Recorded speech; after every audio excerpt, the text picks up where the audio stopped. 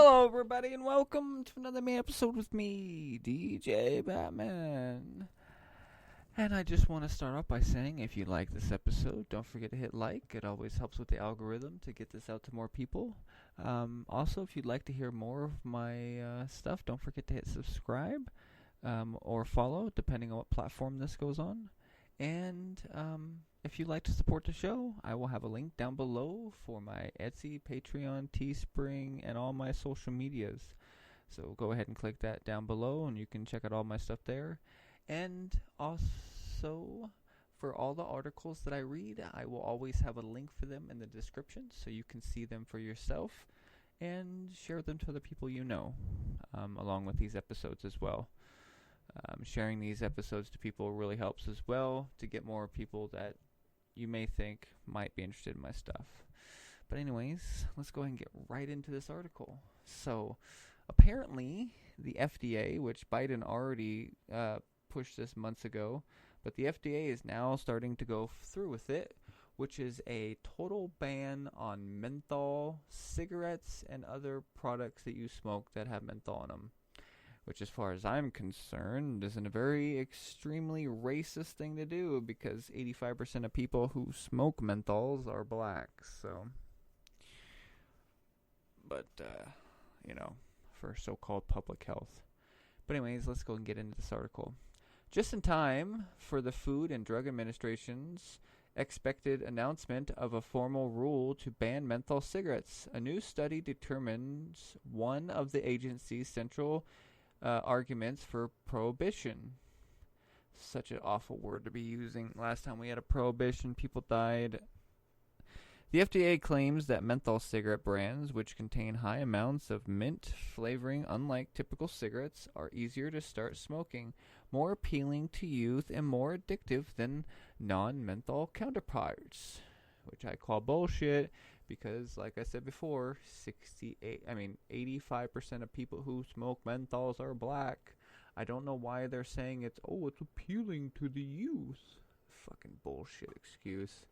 It's always their excuse to get rid of shit. But anyways, that's hard to square with the existing data. According to the 2021 National Youth Tobacco Survey, more than 60% of middle and high school students who smoke use non-menthol cigarettes. It's widely known in the public health community that menthol smokers typically start later in life and smoke fewer cigarettes per day. A Reason Foundation study found that states with the highest menthol consumption also had the lowest youth smoking rates. But there is another argument in the FDA's dwindling arsenal. FDA and its allies claim menthol cigarettes are harder to quit, partially for African Americans, because around 85% of African American smokers use menthols compared to around 30% of white smokers. The Biden administration believes prohibition would promote health equality. Yeah, didn't we have a president say that banning alcohol would create better health for this country? And yet it ended up people creating their own concoctions, which ended up exploding and killing tons of people. Not just that, but people drinking booze that was completely bad for you and dying from it. But, prohibition apparently works, just like how Biden said that sanctions work. Oh, wait, no, sorry. They're not meant to deter. I forgot he changed his mind later on. Biden is a moron.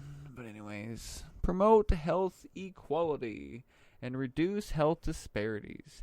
It should be noted that according to the American Cancer Society, disparities are already narrowing between African American youth. Okay, I just have to say this real quick. I'm tired of them saying African Americans, because not everybody in Africa is black. I am sick and tired of this, like, oh, well, if you're black, you're African. No, people live in Egypt are not black, okay? They have, like, a bit of a tan, but they're not black. So this is the thing I really hate, is when they say African American or Asian American. Unless you're literally from that continent, which it's a continent, to be honest, you'd be saying more of, like, South African American, which just sounds ridiculous. But anyways, I just want to say I hate all these terms of African Americans. Just call people Americans, like, or Black Americans or white Americans. It's like, stop with this African crap. But anyways, sorry. It just really bugs me. Narrowing because African American youth are less likely to start smoking than their peers of other races. Furthermore, African American adults do not smoke at significantly higher rates than whites. A new study conducted by researchers from Vanderbilt University Medical Center, published in the Journal of National Cancer Institute, finds no statistically significant difference in quit rates between menthol and non-menthol smokers. Using data from participants in Southern Community Cohort Study, the average annual quit rate was 4.3% for menthol smokers and 4.5% for non-menthol smokers. There was also no difference in quit rates between African Americans and white smokers. See what it is, African American smokers, and then they say white smokers. Why can't they just say black and white smokers? Like, why with the African American labeling? It's so annoying. Anyways, sorry. In this large-scale follow-up study, we could not confirm the FDA's report that menthols are higher to quit, at least in the population we followed, said the study's corresponding author, William Blott. Blott also highlighted a potential unintended consequences of menthol prohibition. If the existing epidemiologic, I don't know what that word is, data is showing lower risk of lung cancer among menthol than non-menthol smokers hold generally than in the long term. If high percentage of menthol smokers switch to non-menthols, the ban would have the unintended consequences of a net increase rather than decrease in risk, at least for lung cancer. Blott is referring to scientific literature, including research he has authored, showing menthol smokers typically contract lung cancer at low rates than non-menthol smokers. While the mechanics for these findings are not well understood, as menthols are just as deadly as non-menthol cigarettes, it could result from menthol smokers starting later in life and smoking less.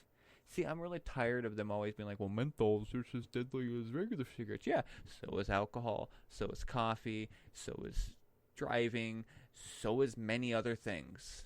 Okay, I'm tired of people being like, whoa, this is more deadly than that. Yeah, guess what? There's a million things on this planet that are deadly. Water is deadly. People don't know this, but if you drink too much water, you can literally drown to death. Like, your body will have so much water that your cells will start filling up with water and you'll literally drown without being in water. It's like, people don't get this. I'm just tired. It's like, if people want to smoke, let them smoke, okay? I'm tired of people trying to control everybody, But it mostly just comes down to educating people properly, which we don't do in most countries, so. But let's go ahead and finish this article. Where they've been implemented, like in the European Union and Canada, menthol cigarette bans have been a disappointment to their supporters. Most menthol smokers switch to regular cigarettes by illicit menthol or use devices to adulterate legal cigarettes to give them a minty taste. But the U.S. is uniquely vulnerable at the dangers of prohibition. Its menthol market is larger by comparison at around a third of cigarette sales, and there are significant racial disparities in use patterns. Law enforcement groups, civil rights organizations, and think tanks are pleading with the Biden administration to embrace a strategy of harm reduction instead of criminalizing to reduce smoking rates. But in the name of equity, Biden's FDA appears committed to banning a product I'm so bad with words. Sorry, everybody. Used by African Americans, while leaving the favored cigarette of white smokers free and clear. Really don't like how they write that. If prohibition is necessary and proper solution to menthol smoking, which is unpopular among a majority of youth and adult smokers, why wouldn't the same logic apply to non-menthol cigarettes, which are responsible for the majority of smoking-related deaths? It's hard to answer this question without coming to the conclusion that the administration believes singling out a minority of a minority is an easier prospect than trying to ban all cigarettes at once. And if we can do so under guise of promoting racial equity, so much the better. Well, I can say right now, banning all cigarettes together would be absolutely ridiculous and go against the entire point of being free in this country. To be honest, I hate most bans. I hate most things that are considered bad or illegal, because there was somebody who, I forget exactly who said it, but it was a saying that I've always liked, which is, if you think there ought to be a law, there probably ought to be a law. Because that's all we seem to do, is we just want to make laws, ban this, ban that, make this illegal, make that illegal. But in the end, it doesn't seem to solve anything. We look at society and it still gets worse and worse and worse. Mainly because in the long run, we don't teach people properly. We don't figure out why people do what they do, so we can't determine how to fix things in society. Plus, in the ultimate thing, it's just like when we send somebody to prison and they get out, most of them end up reverting back to the way they were, because here's the thing. You can spend all your time and money trying to rehabilitate people that have done things and send them to prison, but as society, the very thing they're going back into hasn't changed along with them, they're going to end up right back to where they were. So, it's just, all this stuff is ridiculous. It's just harming people. It's not helping anybody. And, we don't seem to want to actually change anything. We just want to ban things, make things harder, and it doesn't. We raise soda taxes and all this other stuff. It just hurts the poor even more. Rich people aren't buying soda. They're buying expensive crap. It's the poor that are still going to go out and buy it, but now they're spending even more money on something that doesn't even cost that much to make in the first place. People can say, oh, well, soda's unhealthy for you. It's like, yeah, a lot of things are unhealthy. But again, it's people's choice to what they want to do. If somebody wants to smoke menthols, they should be allowed to smoke menthols. That's what this whole country was made for. But all we seem to do is want to ban things because we want to so-called save lives. But are we really saving lives? So, I don't know. I just want people to look at things and how things are run and how a lot of things that people want to implement. But in the end, people can go after a lot of things and try to implement things. But in the end, it's like there's more going on behind the scenes than you realize. So, but anyways, that's just what I have to say on it. But I think Biden and the FDA wanting to even ban menthols just shows how ridiculous they are. Especially saying they want a prohibition, because, the last time we had a prohibition, it went so well in this country. Biden's an idiot. But anyways, that's all I have to say. So, but anyways, thank you for listening. I really appreciate it.